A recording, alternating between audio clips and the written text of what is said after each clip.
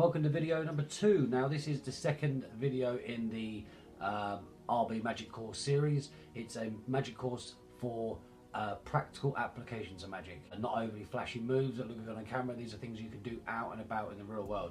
Some of it's very commercial, but all of it will work. It will serve you for years and years, and it will blow their minds, I promise. So what we're doing at the moment is putting the building blocks together for you guys to have all the tools you need to do pretty much most tricks. Okay, so tricks are made up of moves. I'm going to teach you the moves. Once you've got all the moves down, the tricks will be easy. All right, so that's the aim of the course. I want to say thank you very much to everyone that watched the first video, and especially those that left a comment underneath. A great comment, someone's advice about how to time the videos and how to put the titles up. Other people saying that it really is helpful. So to know that this is helpful and not just too basic for YouTube is really uplifting, and means I'll carry on doing them. On that exact same note, I want to say thank you again to everyone that has supported me on Patreon. It's just been amazing. It's blown my mind. Really cool. So thank you very much. And don't forget, if you want to support me on the Patreon page, just know that any money that you donate to this channel will be going straight back into the channel. So I'm letting the money stay on the Patreon page, build up. When I've got enough, I'll replace my iPad with a nice camera. When I've got enough again, I'll replace the mic I've got with the proper mic and the lights, and so on, until I've got the right equipment that I can put videos together that are really strong and quality and content. So today we are going to be looking at quite a lot of moves. I was trying to sort of break this down into 1 or 2 moves this lesson, but this one essentially needs to be 6 different things that you need to learn. So I'll try and keep it in that sort of 25 to 30 minute video range.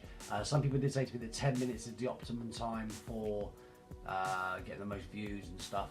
I sort of don't really want this to go viral. I want this to be sort of a gem that people find, you know. So if you know somebody who's just getting into magic, send them towards these videos. But you know, I want magicians and people starting out in magic to find this video. I don't want it to be available to them all, you know. So the video may be a little bit longer, but I feel that that's the amount of time it needs to teach this move. All right, so I'm not going to compromise the length of time of the video to sort of try and get the most views on YouTube. That's not the aim of the channel. The aim is to give you guys a comprehensive course in beginner's magic. So let's get on with the first set of moves. Okay, so the good news is we're starting the moves. The second bit of good news is you don't got to look at my face anymore. Okay, we're going to focus on the cards. So what we're going to learn today, in the first video we learned about placing the card on top, overhand shuffle control and the riffle shuffle control with the peak at the bottom. So that was kind of a very basic way of controlling the card, and one you should pick up very quickly. Now the idea of that is you can sort of perform that and practice that now whilst you're learning this one. This is the one you'll probably use most of the time. I'll explain where the other one comes into play when we get there. Alright, so do practice the first video, even though this is a better version of that. The first one will be necessary. Alright, so what we're going to learn first of all are 2 grips.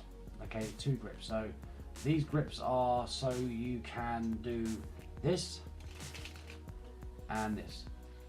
Seems very simple, I realise, but there are actually grips that make this happen and make this happen well. So first of all, let's go with the riffle.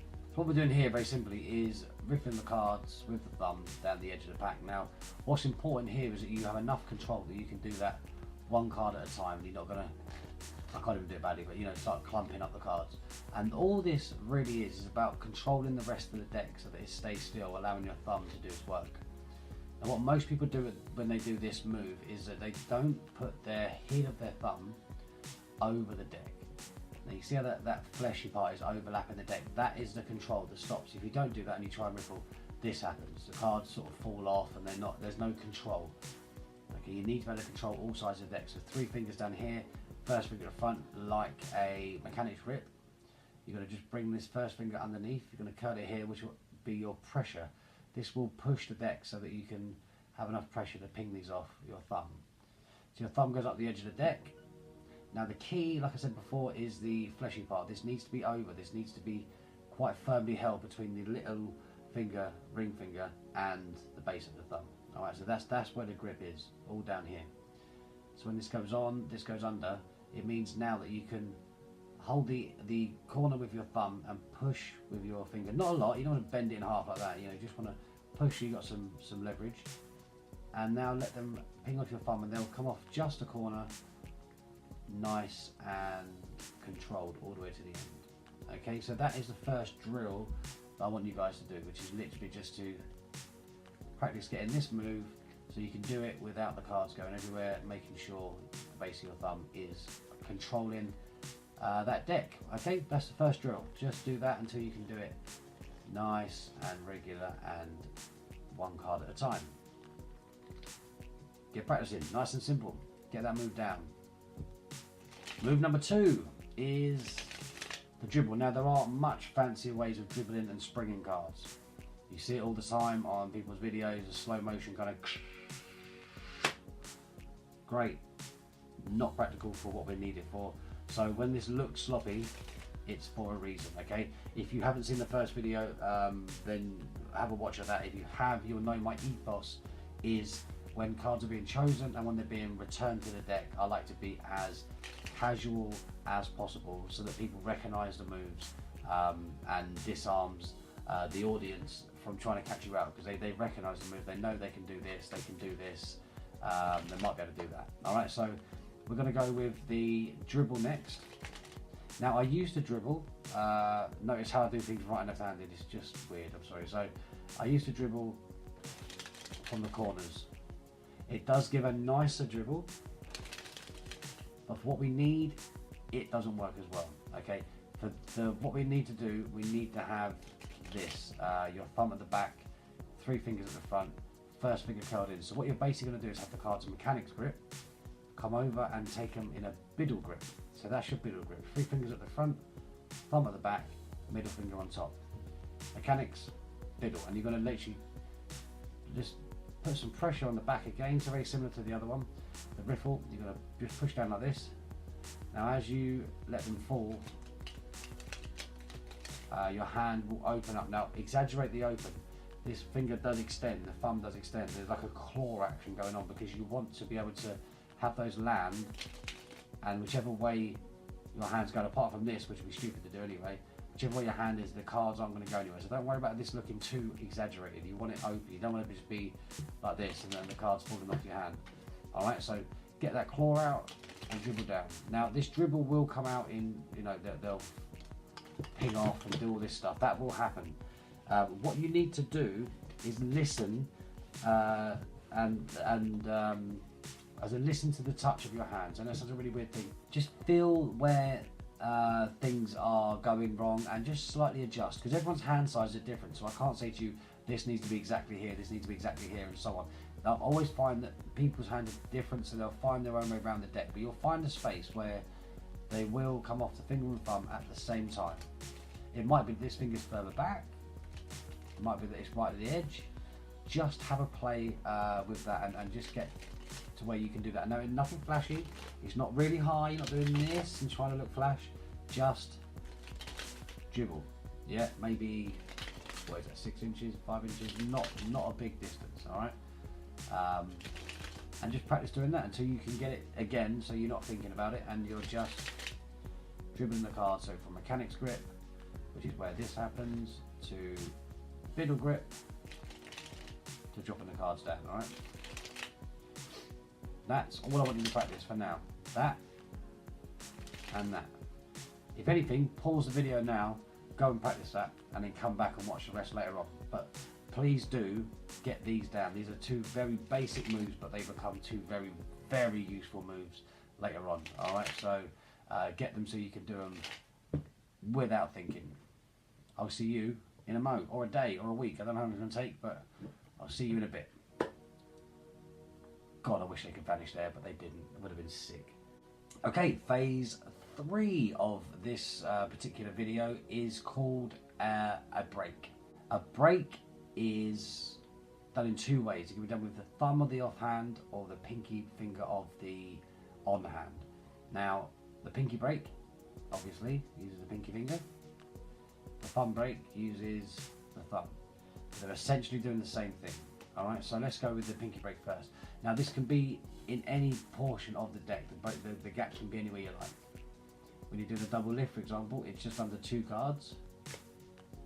When it's a force or a control, it tends to be somewhere in the middle like this. Okay, so that is just so what's important about this move is that when your finger goes in, it's just the fleshy part of your finger. It's not like this, because if you do it like this, A, your hand's in a very unnatural position, and B, it's very hard to keep the front from splitting because the gap's so big. All right, so you want a nice gentle touch on this, so the front will look fairly normal, and the back just has the fleshy part of your finger separating those out. All right, and it will just be a case of keeping the cards casual. You can change your grip and hold on to them in many different ways, as long as you keep this break at the back. Now, some people will tell you that an expert magician has a really small gap like this because it makes it more square. The practical magician has a gap like that. All right. What you really want to do is, using the mechanic's grip, is keep with the thumb and the pad of the thumb down here, the tip of the thumb, the fingers. All this stuff is going to just kind of keep everything else as square as you can. Okay, you don't want that break running up to the top. All right, so that's the pinky break. Again, just get comfortable doing this. Before you go away and practice that, let's get to the thumb break. Now, most times you would transfer a pinky break to a thumb break. Now, you're literally just going to a biddle grip again, and you're going to have your thumb holding that break. All right, you're not doing anything fancy with it. You're just literally going to be going like that, and then back again. Again, that could be with just 2 cards, keeping the break there. Notice how the break's further up my thumb now, because obviously the break's further up the deck. What you don't want to be doing is having to try and hold that with the tip of your thumb, because obviously you need to hold these bottom cards. So wherever your thumb naturally lands when you're doing a biddle grip, is that part of the thumb will hold the break. Okay, so if the break's right down here, you notice now the nearer the tip of my thumb is holding, the grip hasn't changed. The break will naturally just sit on a different part of your thumb.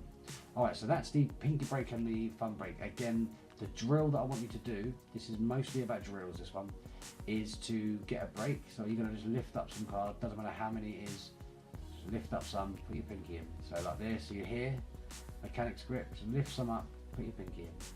So get a pinky break, transfer it to a thumb break.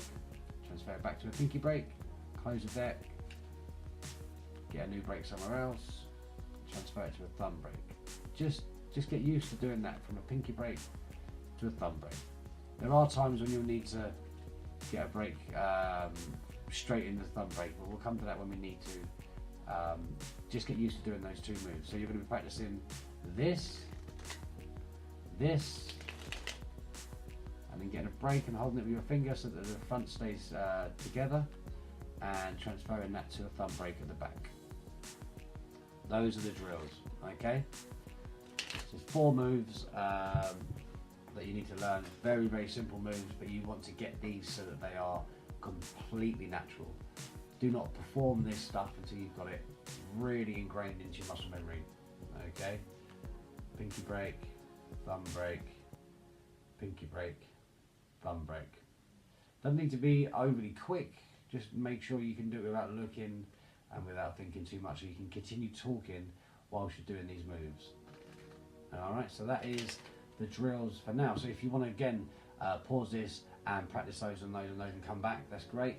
You're probably going to want to watch the rest, because this is where the interesting stuff comes from, those 4 moves. But drill those moves until you've got them regular, and then we're going to combine all 4 to give you 2 forces.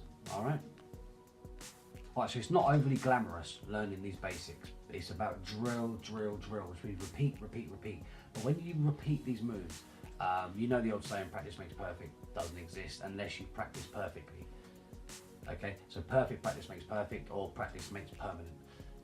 You know, that basically, if you practice it wrong, you're going to be really good at doing it wrong. So it was a Greg Wilson line which I heard, which I think is beautiful, which is do it really slowly first and own the move.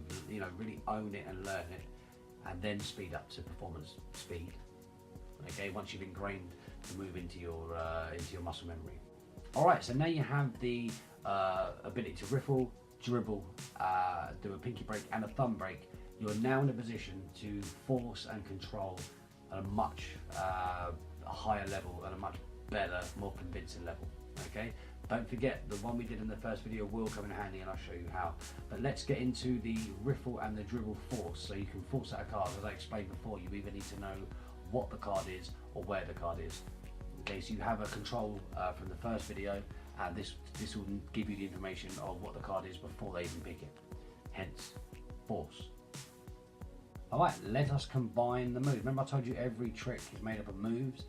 Well, some moves are made up of smaller moves. So you've learnt the very basic small moves. You've got the riffle, the dribble, the pinky break and the thumb break. Let's now put them together. So if you want to force a card, you can do it two ways. I like to pick the card I'm going to force and then put it into the middle. So what I tend to do is, because I explained in the first video, I don't like peeking the card directly on the bottom of the deck. So that only counts when their card is going back into the deck. If you then shuffle it to the bottom and then have a look at it like this, it will just be really obvious. I mean, if you just look at it now, it becomes really obvious. But if you're not even started the trick yet and you're just getting a glimpse of a card so you know what it is you're going to force, then it'll be much better. God, that's really bright. Okay, so if you're just going to peek the bottom card before you start, they're not looking for you doing anything. There's no reason why you can't look at your own cards when they haven't got a card that needs to be found. Okay, so you shuffle, shuffle, shuffle. Let's go with the Jack of Hearts. You can just peek it as you shuffle, and we keep the back to the card to the audience. But just have a little look. Jack of Hearts. Run that card to the top. Now you can stop and chat for a bit if you like. But the way to get into this is now. Let me explain. Normally, a lot of magicians will just cut this into the middle and then force it back out. Very clean, very nice. Some people do a triple cut to put it in the middle and all that stuff. What we're going to do with this is slip it into the middle. And the reason I slip this card into the middle is that a lot of times I have multiple selections on top of the deck that I've controlled already. And so when I do this, I don't want to cut the deck, because if I cut the deck I'll hand one out, but then I'll tend to lose the others unless you cut them back, which looks obvious. So what I do is I just slip the card into the middle. Now all I'm doing there is picking up like opening a book at half the deck. You're going to bring these up, and friction from your fingers here will just hold that jack in place. You let it fall. Alright, I did two cards, that's why you saw five there, by the way. Okay, so you're just going to put up and then put back down again. Now when you put them back down, you're going to put them down on that break you've been practicing, onto a pinky break. Okay, so you slip that to the middle. That's the card you peeked. Let's go right from the beginning. You shuffle, you see the bottom card, you run it to the top, you know it's a Jack of Hearts. Don't do that, they'll know it's a Jack of Hearts, it'll be shit. Slip the card into the middle, and when you put the cards back on top, you keep a break. Now what you don't want to do is make a big, like this, you know, you want to just slip them down. There's not much gap between the up and down, just looks like you're cutting the cards. But again, you haven't started yet, so there's no reason to have to explain anything you're doing with the cards at the moment. You're just handling cards. So you've got your break, and the break is above. And what that means is, with your break can either be below the card or above. Alright, that's where your finger is basically. So the finger in this case is above the card we're going to force, not below. And you can now force it in one of two ways once you're in that position. You can do a riffle. Now the riffle with the break is exactly the same. Exactly the same. You're just going to do this. Everything about the grip will be the same as you learned, except you've got that finger in there. It makes no difference to anything else. So this is the more reliable of the two. It's the least favourite of the two, but it's more reliable. So as you're starting out, you'll probably start with this one. So you riffle through, you riffle through like this, and just ask the spectators to say stop, which they do. Now you've got two breaks at this point. You've got the break with your thumb and the break with your finger. They'll be in different places unless you're very lucky. All you're going to do is your offhand is going to come over to that middle grip to pick up the top half where they've stopped. But instead what it does is the first finger's on the back, 3 fingers at the front, thumb at the back. Now when the thumb goes to the back, all you're going to do is put your thumb here onto that top packet. You're not going to put it all the way down like a thumb brake, you're going to just hold the top packet. So when you land like this, your thumb is only holding that top packet. So riffle down, come over like this. Now all I do here is I push down and lift up at the back. Okay, I don't like just lifting up because it suddenly changes, especially if they see what's here. It just looks weird. So I like to keep it down, say stop here, and just take it off. So I tend to go from horizontal to vertical. It's just the way I do it. So say stop. Yeah, because it kind of it hides any depth change when you go from vertical to horizontal. Yeah, so if you're here, that if it changes ever so slightly, it's hard for the spectator to notice it. Yeah, fine. Now all you're doing there is you're cutting to the jack every time. So stop. Lovely. There you go. Now I don't like doing this. I don't like handing the card off or dealing it off onto the table. It seems a bit too much like you could have done a second, or it just looks like something's happening. I tend to just open my hand, let them fall onto my fingers. So that claw again. I say, here you go. Take the card, you stop that, and they take it. Alright, so let them take it out of your hand. Just seems fairer, you know. So again, you got your break. Let's go from the beginning. So that's on the bottom. You peaked it. You run it to the top. You slip that into the middle, holding the break. This is beginner stuff, right?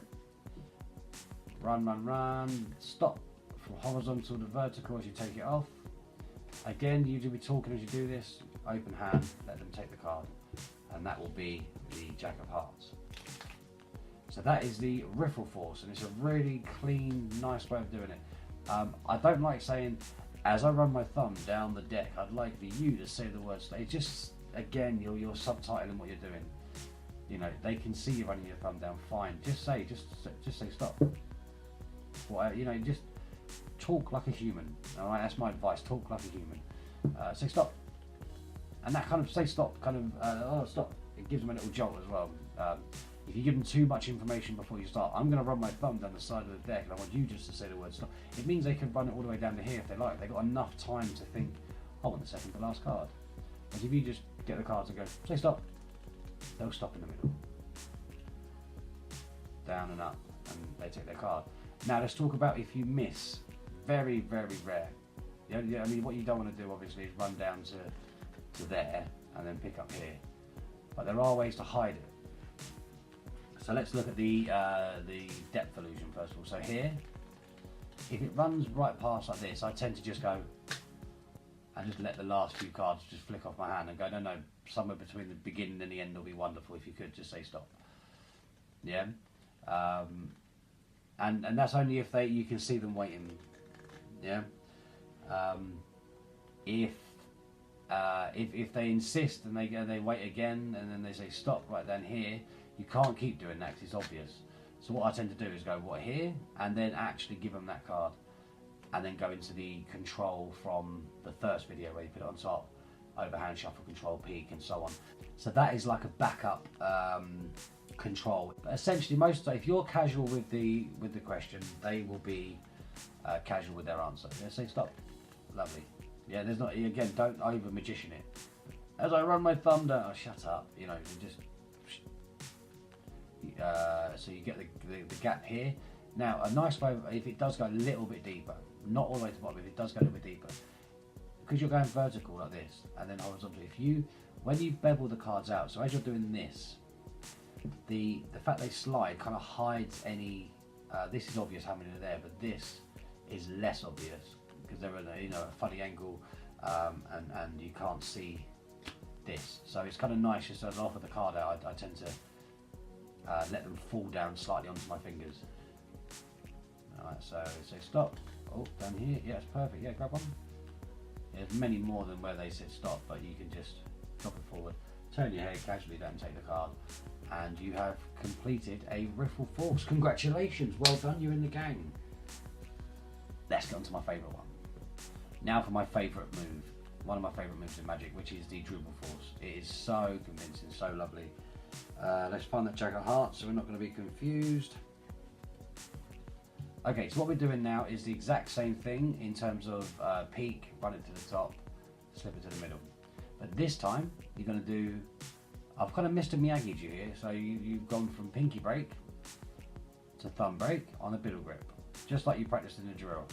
Now you're in a position to do the dribble, just like I showed you to do as well. So if you practice those moves, this will be a very natural thing to go from here to dribble. Now when you're dribbling with a break, it'll be exactly the same. Then nothing changes, but there'll be a natural stop point. Okay, so when you're doing this natural stop, you need to time your question of say stop a little bit more. Now because you're doing this, people really tend not to worry too much about when they say stop. It looks so fair. Just yeah, say stop. Now there is an idea called a 2-beat force, or 2-beat stop. So if you say to someone and they're not trying to catch you out, just say stop. They'll go stop on 3, 2 beats and then stop. So that's sort of what your timing is going to be. Okay. So as a just say stop, stop. Now you've got a bit of leeway here because if they stop you just before, like stop, there has to be a reaction time between you hearing the word stop and your brain telling your hand to stop. There has to be a reaction time. So it just looks like a reaction time. If you're not paying much attention, say stop, stop. Do you see what I mean? Like there has to be a moment. So you can, don't worry too much if it's a little bit early. Just keep running to the break. You don't want to run past. Now, all I can say about this is the more confident you are with this, the more practiced you are, and the more you do it, people won't say stop at the wrong time. It's just one of those moves. The more confident you are, you just say stop. Head turned away, nice casual manner. Not I'm going to run through the cards. I want you to say stop. None of that. Just from the front break. Oops, excuse me. From the front break, dribble, dribble, dribble. So just ask it at the right time. So say stop. You want to say stop about there, giving you the 2 beats. 1, 2. Right, say stop. And then again, open your hand out. Let them take the card. So what's nice about the dribble, what's the difference, the main difference between the two is obviously with the riffle force, you've got a lot more leeway on where they say stop because you're going to just ignore it and pick up at the break anyway. So that one's more surefire. This one I think is fairer, looks nicer, and it's one of those moves, I don't know how to explain it. The less you seem to care about what they take, the less they'll try and catch you out. Really is that it really is the case. You know, if you go in with a real kind of, as I dribble the cards down, etc, they have time to process that. Right, okay. If you just say stop, they'll just be in the moment. Now every conversation, every magician, every person has a rhythm. My rhythm is kind of, as I talk, it's quite fast. That's my rhythm. Okay, I know that's my rhythm. That's how I talk. Literally my hand movements are going to that rhythm. So when I'm doing my 2-beat stop, it's 1, 2, stop. Those are the beats. 1, 2, stop. Someone much slower, you know, just their beats will be a little bit more paced between. So you got to just get your rhythm, you know, and you'll find out what that is as you perform this, as you do it. Say stop. Some people would last a lot longer. You know, if I'm being really quick, people tend to say stop a lot quicker. It's just one of those. The 2 beats aren't the same speed all the time. It's just the rhythm of the conversation you're having, and you will control that rhythm because you're doing most of the talking. So bear that in mind. Just again, in the same way that you have to find where your hand needs to go and all that stuff when you're doing the dribble, find your rhythm. When you do the stop, it will be something that you will embed into you as to when you can turn your head. I've done this blindfolded. It's just such a simple way of forcing the card. Don't fear the fact that you have to get it exactly right, whatever you do. It's just a wonderful force, and this is my favourite. And notice I'm putting it in the beginner's bit because there is nothing difficult about it. It's a confidence thing, and the whole point of this this course is it's about you. It's about your personality. It's about your confidence. It's about how you disarm spectators with your personality. Okay, so try that out. You've got two beautiful forces to try, along with 2 new grips and 2 brakes with the pinky and the thumb. You've got lots to learn in this video, but have fun. You will get a lot, and then there are other uses for both this and this as well, which I will show you later on, which are really cool. So yes, enjoy. There we have it. Okay, I want you to practice this video in the order that I taught it. It's quite important. So you need to practice each drill separately to try to do the actual move. Just get the fact that you can get a break, transfer the break, that you can dribble and riffle normally. Get those things ingrained into your muscles, into your hands. Because once they're in there, when you're doing riffles and dribbles with breaks in them, it will seem so easy. It's a very much a wax on, wax off kind of moment. All right, so drill those in, drill them in, and you will absolutely fry people, because you now have the ability to know what the card is before they even chose it. If you miss, you've got the ability to control the card and peek it and know what it is after they chose it. So you're in prime position at the start of each trick with all that information, whether it's what or where. You have that information now, so you're well on the way to be able to do pretty much most tricks. Alright, so that's the beginning of a lot of tricks. You know what, you know where, you have the power now. Okay, so get practicing, and remember to not try and over magic it at this point. When we get to the reveals and stuff at the other end of the trick, then we can get a bit flashier, but for now, keep it simple.